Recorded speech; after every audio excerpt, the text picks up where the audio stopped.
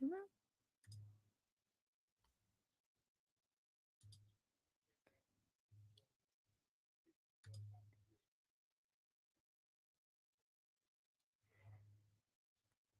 is interesting.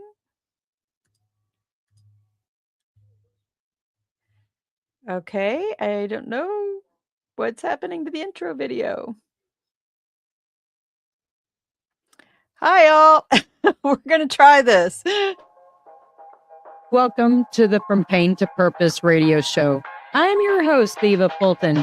In this show, we explore the incredible journeys of resilience, healing, and transformation.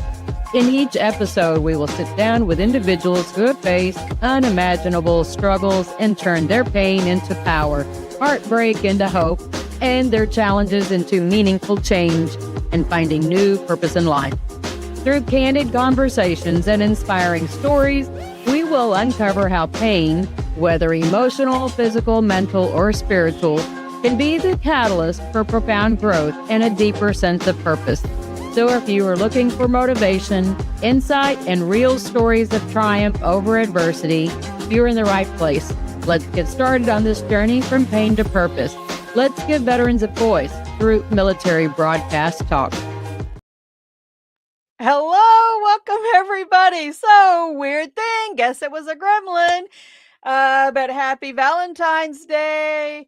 Today is Saturday, February 14th, year of our Lord, 2026. And so the gremlin was, here in my little studio thing on MBR, we have these intro and outro videos, and they are not there. Normally I hit play and it goes to the intro video, and I don't know where it went. I didn't take it out. So anywho, yesterday was Friday the 13th, right? So we'll blame it on that. So crazy. And there's something else not going live, I guess, on the MBR, the main MBR one. I didn't delete it. I don't know what happened. Weird stuff going on. Don't know what to tell you, folks. So I didn't change it. Whatever. We're going to go with the flow. So let me get to, this has been an interesting week. We had the little quick shutdown. I had a nice 3-day work week, which was pretty cool. Got a lot of homework done yesterday. And I wish today was actually good hiking weather, but I didn't get out on the trails because there's still quite a bit of snow and everything out there. And I just don't like hiking where I can't see the trail. So maybe in the near future, the next couple of weekends, I can figure out if I can get out there on the trail, if the snuff of the snow can melt. But then I've got some actually pretty busy weekends coming up. So, but I am booked. I'll cover more at the end of the show. I am booked through the end of March. Woohoo! So, great guests coming up in the future. And I was in this neat challenge all week long for speakers. It was really kind of about, I guess, leveling things up. So it was, part of it when you are, I want to say, a speaker or leader out there, you need to be fed too, right? Kind of where are the directions going with speaking opportunities? One of the recommendations was to have a podcast or a radio show. So I'm glad to know that, yes, I'm already doing that times 3. And, part of it is really then what is next. And I'm trying to not take on more than I can chew. I am still working on my PhD, but at least that is, progressing pretty well too. Otherwise, just, life is doing pretty well. And I'll be doing the show next weekend from Texas. So I'll be back home. It'll be nice to see the kids again. And trying to think of what else. Everything else is going okay. So let me go ahead and pop over into the outline of my guests. So I have with me this week a lady that I met in a different, I think it was a different Facebook group for Christian content. I think it's how we met, Christian content creators. And, it's nice when you meet other veterans or people who are in the military family. And Stephanie is a spouse or a former military spouse. So here's the neat little rundown of who Stephanie is. She was spiritually born on August 6, 2022 in a powerful moment of surrender. She asked God to take everything she had and all that she knew in exchange for only two things: Jesus and peace. Her born again date is pivotal to her testimony, but Stephanie was born of flesh as the oldest child to two young parents in 73, and she first met Jesus at an early age. And even though she always knew Jesus as her protector and loved going to church and singing Bible songs, addiction and abuse darkened her childhood experiences and followed her throughout a difficult 30-year marriage to a military officer. After 48 years of trying to earn love and acceptance as an overachiever, holding on tightly to everything she thought was within her control, and navigating difficult times in silence with a forced smile, the issues in her marriage and the impact they had on her own identity finally took a toll as Stephanie hit rock bottom 4.5 years ago. She felt erased, as inconsequential as eraser dust, and was only one squeeze away of the trigger from the only thing that she really wanted, which was peace. Anxiety, depression, lust, manipulation, control, fear of abandonment, fear of rejection, insecure, accused, traumatized, a victim of porn addiction, alcoholism, and narcissistic abuse, which led to a distrust of all men, with a perpetual striving to be good enough, to be worthy of love, were all part of her story until she asked God to take it away from her in exchange for Jesus and peace. Jesus restores and redeems all things as long as we let him. And Stephanie went from talking about thriving instead of surviving as a military spouse to actually walking it out in faith, with a constant self-reminder that she had decided to die in August 2022, and now she believes that it's God's turn to have his way with her life.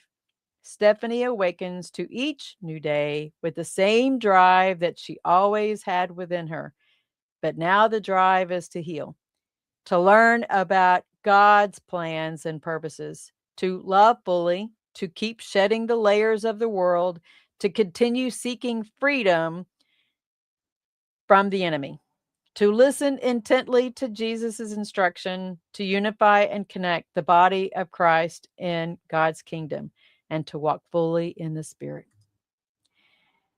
My interview of the week is Stephanie Ford. The interview of the week is brought to you by Jersey Mike's, a sub above. Hi, Stephanie. Welcome to the From Pain to Purpose radio show. Thank you, Eva. Yeah, I forgot you wrote all that. That's quite a story, huh? It is. I was getting goosebumps the whole time reading it. I just was like, I feel like going, see, can you see this? And I was like, I have two tissues in case I cry again. But if you do, at least you know you're in a safer environment that you can do that. I know it's difficult sometimes being vulnerable, because that's what even I mean, I've been vulnerable, and this is my own show, right? Because that's authentic. That's people know that, hey, gosh, if Eva's going through it, Stephanie's going through it, I'm not alone going through it, So to catch people up, I host the show really based upon 4 pillars of pain. And it's like we're sitting in a chair. I always think of, mentally, my head is the old wooden school chair, that oak you know, yellow, yellow oak one, but it's the wooden chair and it's just as solid as it can be. But Mhm. you've got the physical, the mental, the emotional, and the spiritual pain. And when Yep. you've got one of those legs starts teetering, which you know is those chairs are pretty much indestructible. But if one of them starts, you know, rocking, we gotta straighten it up, right? Mhm. Because we're just getting unstable. And what I read in your intro that you wrote and sent me is that things were unstable from an early age. Did I miss the target on that? Or Yep. Yep. okay. I You I want to didn't. explain? You want to dive into that? Yeah, I sure can a bit. I guess we're all inherit whatever we inherit from our parents, from their parents, and I don't know. That what's mixing in my head is the sermon I'm going to give tomorrow, but really it's we get to be recreated and born again fully, and it doesn't really matter what we inherited. Yeah. But yeah, when you inherit alcoholism, abuse, poverty, some of these things, until someone reaches a point of wanting to break that generational cycle, it just goes on and on and on until, I don't know, I assume the end of time. Who knows? And I guess that I'm a generational, curse breaker. And I didn't even realize it because I had been following the patterns that were set before me by my parents, by my grandparents and all of that. So I thought I was doing better when I chose, marriage at a young age, even though I was really just recreating what I had always seen modeled to me. You were escaping. I was trying to escape, yeah. Yeah. And by getting remarried, by getting married at the age of 19, and my parents could say nothing because they had done the same thing, and his parents had as well. So I can certainly identify with that myself. You know, it's funny, mhm, I was having a conversation with my dad this morning. I think it was this morning that I said, you know, it's funny how a lot of the things that are happening that we see somewhat controversial, I don't care if it's even talking about, you know, pot, that, you know, marijuana, that a lot of the people who are in the political leadership positions, they are the hippies of the mhm, 60s that are in control. No wonder we're having the problems that we are because they're not the Christian. Yeah, I know this is kind of going outside of your, you know, your story, but these are folks who had a very different, you know, experience than what we had. And so I think we're, as a society, and it's not really getting away because it's the absence of God. The hippies mhm. were not were not God followers. They didn't, you know, they did everything else. Right. Well, I think that it does bring up something in my mind, which is purity culture, and that is something that I grew up with. So, because I grew up going to church and learning about Jesus and all those things, I loved all of that. I really, really did.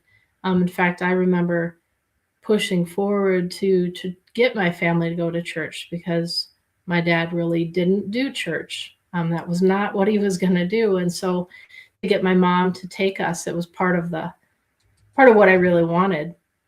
But purity culture meant that I had to be perfect, and I had to earn love of Jesus. And so then when you also are faced with this um, desire to be loved, really that drove me into having sex at 17. And I speak boldly to teenagers. They get really uncomfortable when I'm like, listen, don't have sex before marriage because that'll mess you up. Because I know that that's what led me down the path of then getting married at the age of 19 to try to fix it, ignoring all of the red flags. Because I Yeah. already felt like God was going to give up on me because I had already failed. And so I think purity culture also was damaging, and I see that as far as religion and spirituality, there's a big difference. There's a huge difference. And yeah. But I think part of the message that gets missed out of that is the lack of being able to understand how to give grace to ourselves, right? I mean, if we know that we can know in our heads that God forgives us, but it's, I think, more difficult because I've endured it myself, is forgiving myself for making those mistakes. Well, and when you've only ever experienced love because of what you do, not because of who you are, and you have to earn love. Like, I had a really misconstrued understanding of what love was, so much that at the end of the 30 years of marriage, I would regularly say, I don't even know what love is, because he would say, I love you, and then treat me awfully. And that's just not, there was a disconnect. And every time there was a disconnect in my life, it didn't sit right. But as a child, when you experience a disconnect, right, which comes the same way from a parent who says, I love you, but then is mean or whatever, that disconnect makes you question what is real and what is. Well, yeah, because actions speak louder than words. It doesn't, that's like saying no, yes, I can't even do it right. Where the head shakes, yes, no, it's no, yes, yes, where it's a mismatch, your mind picks that up, but it doesn't make that connection. I don't know if it's it's not a cognitive thing. Maybe it's a cognitive dissonance. Yeah. Yeah. And so I was always very aware of that kind of thing. But then somebody would say, like, for instance, I had discernment as a child, and I would know that certain people didn't feel safe to me. And yet someone would say, it's okay, you can take that, quarter from him. He's a nice man that goes to our church. And my whole body is saying, I don't trust him. You can sit on his lap and and it's or the uncle that tickles you, and that's, I'm not enjoying this. Don't torture me that way. We were kids and knew that. We knew the difference. Yeah, so I'm very tuned in now after having broken free from all of those things, and I'm reforming what reality actually is that when someone says something, we need to give that space. We need to give that weight, because everyone can make their own choice for what they truly want to do or not. And when you grow up in a place where there's communication is not direct, it's passive aggressive or manipulative, or condescending, you don't even know how to speak truth in a loving way. So I'm learning a lot. I have found that that's when I probably I clam up more. I withdraw into the shell, and I don't go out. I don't speak. I just and I just ask for, like, God, can you give me some earmuffs so I don't even hear? I love, though, that I finally so that was viewed as selfish, right, as a child, and even as an adult. If I were to withdraw or pull away, that would be perceived as selfish. And I was such a people pleaser that I never allowed myself to do that. Instead, I would just smile and nod and and in the process, inside I was freaking out, but on the outside I appeared poised or whatever. And so in my journey of healing now, just the freedom to know what I need and how to get it. So how to keep myself at peace, how to keep myself safe. And I retreat to the piano or grabbing my Bible and going sitting in the corner, and a lot of people don't know how to respond to that very well, but for me it's important, and it's huge to be able to just get to speak, this is what I want to do. And it's fine. I can choose that for me, and you can choose for you. Did you see that as a military officer wife that you carried on some of those same skill sets? Because it is a skill set, right? It is a mask of sort that you knew how to navigate that space with that poise or persona Yeah. that got you through, you know, some situations as a military officer's spouse Hmm. that you weren't trying to be in the military itself, but you have a role, you know, Big even time. on the spouse's side. Big time. Yeah. I So hugely. how did you navigate that? So like in high school, I was a perfectionist. In my class, I was voted most likely to succeed, most athletic, neatest. What people perceived me as was hugely important.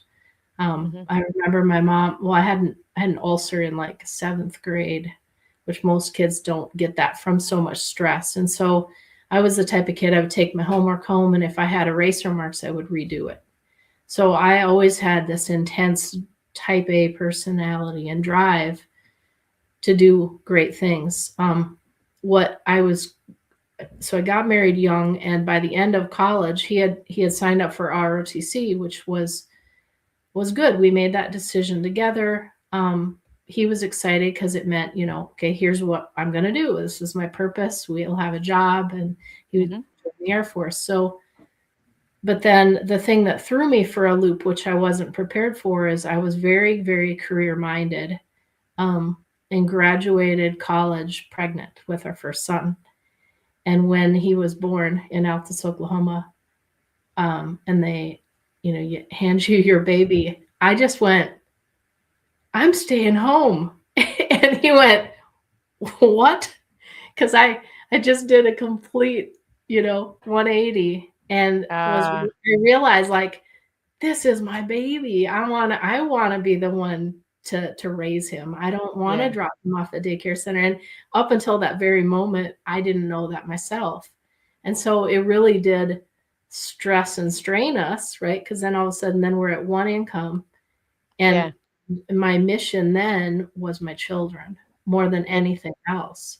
And of course, then just supporting him and like, okay, let me help you with your uniform, pack your lunch, whatever I can do to get you out of the door on time. But my purpose was so much so mother. And then every base we went to, it was also supporting him because he was not real secure. He was the youngest child. So I was the driven, like, Ah, oldest child, whereas he was the right. youngest one, maybe struggling to find his way and his identity, right? And so I was always lifting him up and encouraging him and really trying to build his self-esteem. And until he maybe got promoted to captain and was deployed, I didn't really see that leadership in him. I saw just kind of a boy struggling to feel like he was good enough to understand, why people were saluting him, I guess. But then I started seeing him transforming as an officer who was leading troops. Um, but at the same time, I was raising the kids, and I managed the house really well. I managed our finances. The entire household was ready to move in a moment. Resiliency was Mhm. like bred into me from an early Yeah. age. So that wasn't something I ever had to be taught. It was just like what you do when, your spouse comes home and says, "So we have orders to go to wherever." And you take one deep breath and you go, "Okay."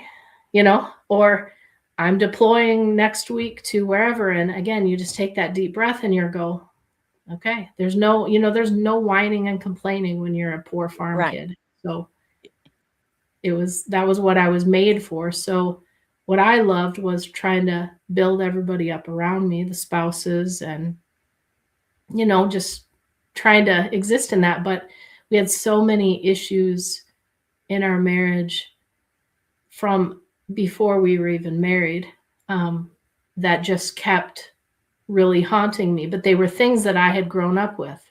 the alcoholism, the porn addiction, the narcissism was all like, I had grown up around that. And so then when he expressed these things, I just kept trying to change it. And I was super, super controlling because I was, which is not a good thing, by the way, super bossy. But I tried to control everything and manipulate the end at the same time as I was going to church and Bible studies and trying to earn God's love, which I didn't even understand was what love was. Yeah. So it was messy. But you were growing up at the same time that he was evolving too. So but I think part of one of the things that we had talked about before the show was this whole sense of identity. And how do you perceive what your identity was as the spouse? I mean, because typically that's, I'm a veteran, right? Even from the military, that I was dual military till we got divorced, and then I was just a single mom. But he had that spouse label as well, because he got out before I did. And that, how did you see your, I'm going to use that mask, reference. How did you identify who Stephanie was beyond being the spouse and a wife and a mother? Well, if you didn't have your own career, Yeah, right. Because it was weird because, I was a prior 9/11 spouse. And so not everybody now has that same experience. But, by 9/11, that was our second base. And so I was used to coming on in the gate and my car would get saluted. So I got saluted and called ma'am before it was anything I had ever grown up with. But at the same time, I never was one to ask for help. And so to have people treat you with respect and kind of like with kid gloves as an officer spouse, it was really strange to me. It was also strange to like understand the pecking order of the pilot spouses, and my husband was not a pilot. And so it's like your whole scope of who could possibly be your friend got really, really narrow all of a sudden. And in my world, yeah. I don't know. So, I mean, I'm Army, right? I'm an Army veteran. So you're Air Force, right? Yep. You were Air Force spouse. Yep. How was it different? Were the pilots prima donnas, and so their wives got the prima donna treatment as well? Yeah, or diva treatment?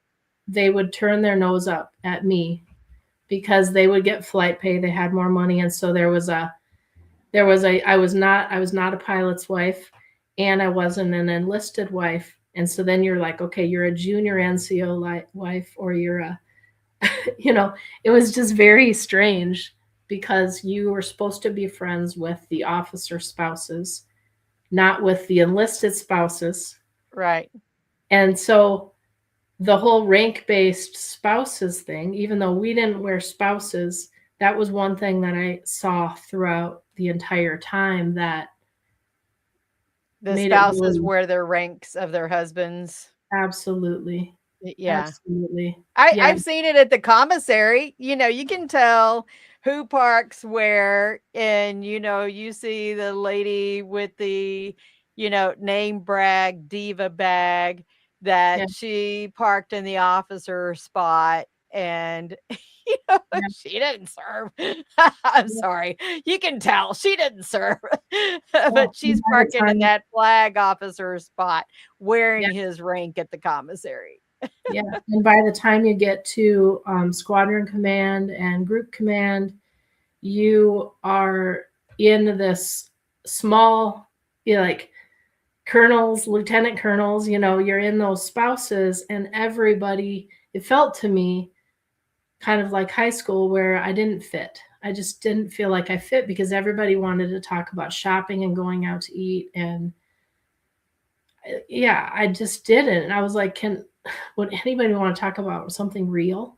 Because what I'm passionate about is like psychology and faith and like neurotheology. Oh, I geek out on that kind of stuff.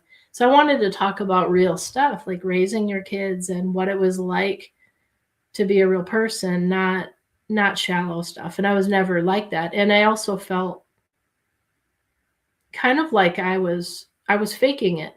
Like I had to fake it in order to fit in that world, because I'm like, they don't really know that I'm just a poor kid, right? I just as you're talking, I'm sorry, I'm smiling and I'm having this vision. This is Yeah. like, one of those TV shows. Why is there not like the military spouses' wives TV show? Mhm. You know what I'm talking about? Yeah. Yeah. Like the Yeah. Atlanta or New York, whatever, wives. Like what? Yeah. I It can just was, imagine. That's what I'm envisioning as you're talking is this, yeah. wives club.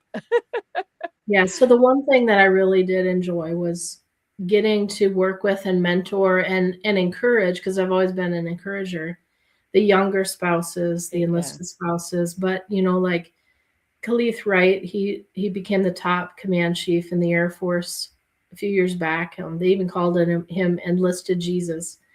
Well, the cool thing is we had been assigned to 2 bases with him, in McConnell Air Force Base and then at Ramstein. And I hope he's watching this, because he really, really impacted me. Him and General Richard Moore, who retired at like 3-star general. But their leadership was unlike a lot of the other leaders.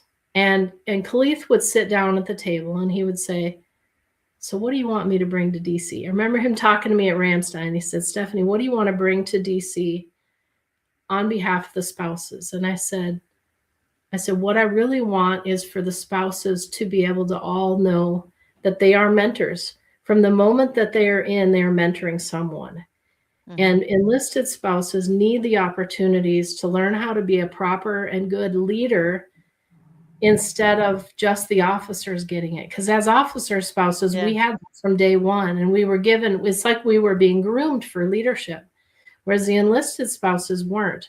So by the time that they became chief spouses, then they were given these opportunities. Well, by then they had already been either usually soured to the military because they were never allowed to be leaders, or the disparity of them having to have a job in order to have enough money for their family, versus me, who is or they just divorced out of the life period. Yeah, and just checked out. And so you end up with a bunch of people that are actually assets and resources that could be used to improve the entire military-based system, and it's wasted. And it's wasted by the mentality that the military says, like, we give you orders, we don't, assign you a family. We give you a uniform, we're not giving you a spouse or whatever. Yeah. Wanted you had a family, we would have issued it to you. That's the saying that I heard in the Army. So, and it's not helpful. Yeah, it's not. No, I agree. So fast forward. So you had marital issues.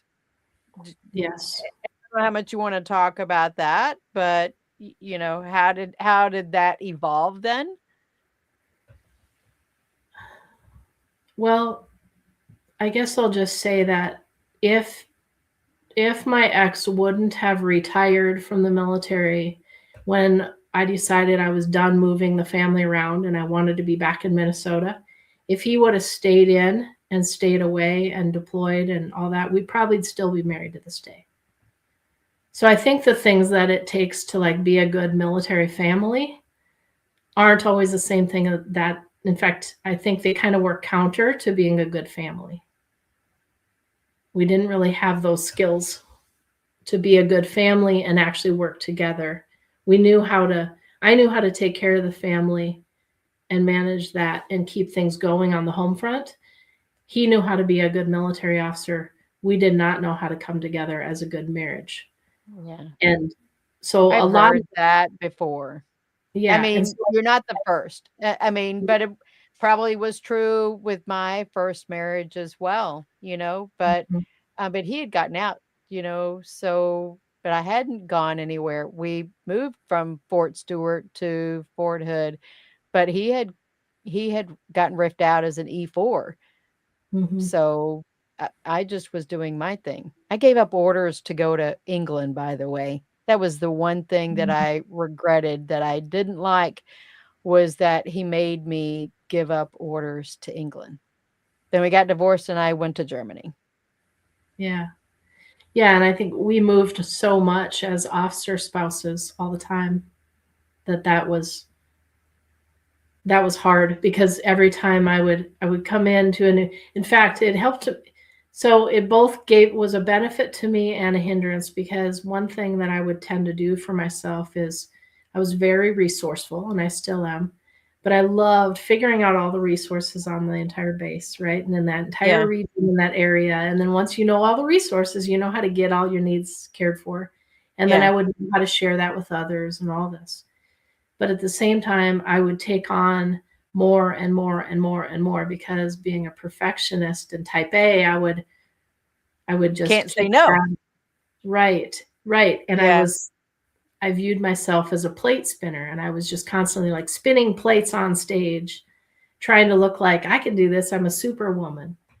And I don't know what I thought that being a superwoman like was gonna do for me, but that's I've what been guilty of that too. questioned. So don't worry. I'm still guilty of that. But that I did had somebody ask if I wanted to join a board last week, and I was like, I'm sorry, I can't take on anything else. You know, Well, my word for this year is intentional. So I can't, just mm, because I'm asked to do something does not mean that I have to take it on. It's an honor, but yeah. but if God presents a different opportunity and it aligns with what he wants me to do, then I might say yes to that, you know? Now I'm learning to take absolutely everything to prayer, because he's Yeah. worked me through a season where he told me no. He told me no to many things. And when you're like, you don't argue with God, a lot of people just ignore him and they don't actually ask. I've done that before too. Like, I don't want to know what God thinks, so I didn't ask. Um, but when you ask Yeah. him and you know God says no, then you need to be obedient. And so when he tells you to drop everything. Like, I had a whole season where I had nothing on my calendar, zero, and I was a Google Calendar queen. I remember fitting everything in, and I listened to a person in Belgium, and she really resonated with me. She was like, "You got to build in cushion for God. Otherwise, how can he do things in your life?" And so I thought I'd be doing good if I had 10 minutes between this appointment and that appointment. And now what I do actually is my whole calendar belongs to God. Mhm. And then if he signs me to something, then that's what it is. And so really for me, it's healing and growing and learning. And I do that with collaboration from others. So I have a lot of different groups of amazing people that God has brought into my life. And I that's know been you even prayed about whether you're gonna meet with me, yes, and so yes, I I guess did. I got the pass. I got the pass from God. You got the pass. God said. Yeah. So let's talk about your born date. What was so Mhm. critical about August 6th, 2022? I guess you Mhm. had this different, had a special Yeah. day, special appointment with him. Oh boy. Yeah, here's where the tissues might come in. We'll see how well I do. Okay. For the couple years leading up to that point. So this was after military retirement in 2018. We came back here, August of 2018. And then, of course, COVID hit. We were working for the same company, a mental health company, both from home in the same house. We even, for quite some time, had a triad of leadership, which, oh my goodness. So he was CEO, I was COO, my brother was the chief medical officer. And it was tricky. you add that to that, like his depression and alcoholism, my over controlling everything because I trusted nothing. I got to a point where it was Christmas Eve of 2020, I believe. And I remember looking at the Christmas tree lights and just crying because I loved Christmas so much, but there was such an emptiness in that moment of that I knew I couldn't keep doing the way that I'd always been doing, and I just didn't know what the purpose was. I was finally back to home. I was back to where I wanted to be. Gorgeous house on the lake, which God thankful we still own that. I own that with my new husband now. And it's gorgeous. I love it. It's in the country. We've got a horse pasture. We've got a hot tub, room for hammocks. It's just completely peaceful. But at that point in my life, it was not peaceful. Yeah. It was not peaceful here. And so I decided I needed to start speaking up. I was like, I am not going to stay silent anymore. And when you're going from tolerating and staying silent for everything to suddenly finding your voice, a lot of things get drug out, like a lot of the traumas start coming out. And my dad's across the street, and that my issues with him, my issues with my ex, all of that just started coming forward. And I checked out from the family. I said, I'm not cooking a meal again. And I pretty much didn't. I bought food if they put it on a list, but I didn't cook. The kids were all old enough. By then, the older two had moved out. We had 2 girls still at home, and they were old enough to kind of take care of themselves. And I just checked out. I joined a support group. A friend of mine was a therapist, and I asked her if she was doing anything. I said, I need to have people I can actually talk to and be real with. And she said, well, I want to start a support group. And she started a support group for porn addict wives. And I was like, well, that's one of his issues. And so there we went. But that took about 1.5 years of just working through all this trauma, all this stuff that you have like built up. And by August of 2022, I was just really empty. And I really felt like if there was a piece of paper representing my life, I had let other people draw me and erase me and draw me and erase me. It's like I had no control over what was actually on the paper as I knew to be me. And I had no idea who I was.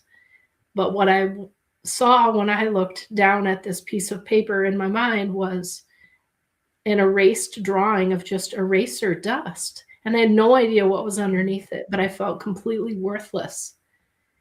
Like if one person just decided I'm gone, they would just blow it and I'd be gone. And so that day, yeah, I grabbed the gun, which we had never had a gun in the house before all those years. And I put the clip in it, and I took it down to the basement, and I just wanted to be done. That was it. But it's hard to tell the story without wanting to like I don't want to drag my ex through everything because it wasn't just his fault. Yeah. He says he did what he was trained in the military to do, which was when I walked out to the garage, he took the gun from me and laid it down. That part, I believe he was trained to do. However, one thing you can't train into people, even military people, is compassion. Yeah. And there was no compassion. So how do we do better with our military? I think that we need to make sure that they know who they are. Who they are in the Lord is what I want for everybody. But you can't drag everybody down that road. But when you break them down and build them back up as a military soldier, and then you they're released into the world as a retiree, as a veteran, they go through such a hard time there because everything they ever identified with as being themselves is gone. Yeah. And suddenly I certainly identify with that. Yeah. And then they're just left trying to rebuild who they think they are, and it just doesn't work very well. And so then you end up with alcoholism and suicide and domestic abuse and all of these things. And so I don't know. So the most sensitive way I can say that is just he didn't know what love was either, I think, because obviously that he didn't know how to show me love. But because he didn't show me love, it actually showed me that I was released. Because then when I went down into the basement again without the gun, I still wanted to die. I still didn't want to be here. And I was mad at God because I was still here.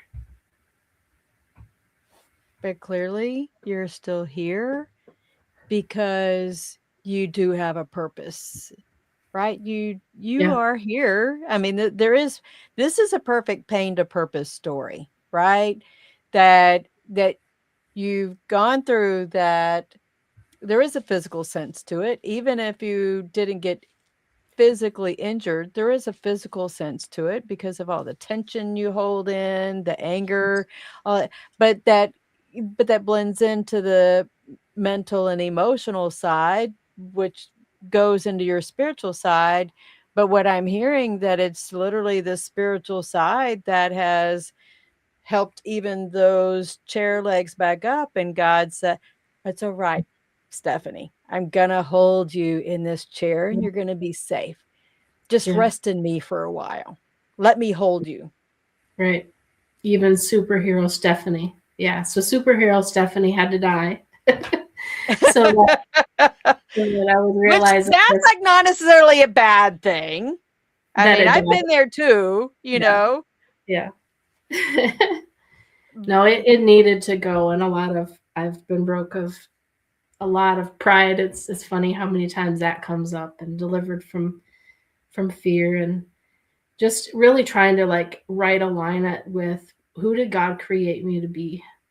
And with all that I've gone through, I know that a lot of that was because of the choices I made. I chose to put my spouse before God. I chose to revolve around him and his career. I chose to revolve around the kids, right? I chose to do all of these things instead of putting God first because I didn't know how. You didn't understand the alignment. And I didn't really understand who God truly was. Honestly, I knew him from a church, you know, like it's a very boxed view of who God is. And he's much more powerful than that, because when he awakened me, then when I was screaming at him to do something with me, I pictured him taking me out of that basement, leaving my clothes, not leaving my clothes, I'm not sure which, but just disappearing, because I knew he had the power to do it. And that's what it takes a faith like that to know that God can do whatever he wants. And so when I did that and I said, take it all I want is Jesus and peace, it was like I saw every single object in my whole house just disappear, and I didn't need it. I realized I didn't need it. And if I have nothing else and I have Jesus, which is peace, now that I realize I actually traded it all for one thing, it was worth it. So now every single thing, that's why I pray about every single thing rather than just going my own way, because I spent 48 years doing my best to go my way. Yeah. Well, I think society kind of teaches us that, because it's absence of God. That's, you know, what mainstream whatever wants us to do. I think I've seen the poster, I don't know how many times, where it's the upside down, you know, I have on my screen over here this mountains, but it's you know, everything's upside down. The biggest mass of the glacier is underneath the water, and you just see this little bit up here poking out. but everything's upside down. And that's, Right. it's all pointed the wrong way. God's saying, no, I want me front and center. Absolutely. And when you've finally seen, when you've seen what I see, like now, Yeah. I've seen miracles. I've seen him do physical miracles in front of my eyes. And he shows me in dreams and visions, and every single night I have this stuff. But the things that you learn when you finally do that, like, it's so powerful. And I want to tell you, so a recent Facebook post, I wrote this, and this was like yesterday actually.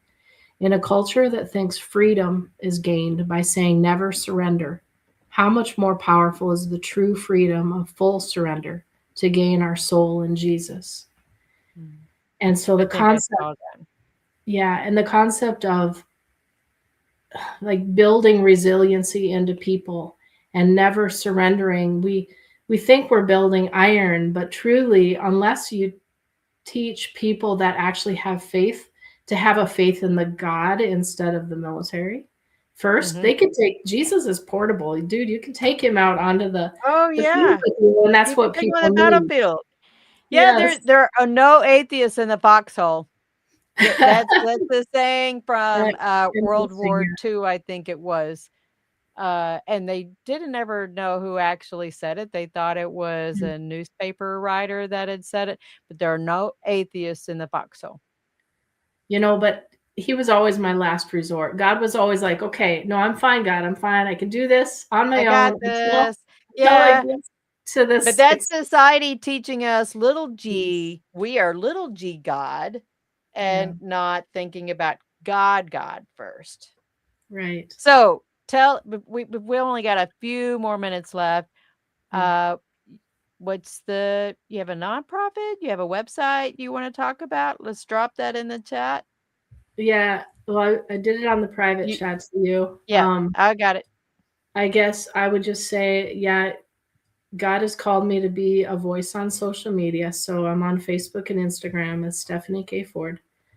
Some of the things get on identityfromjesus.com as well.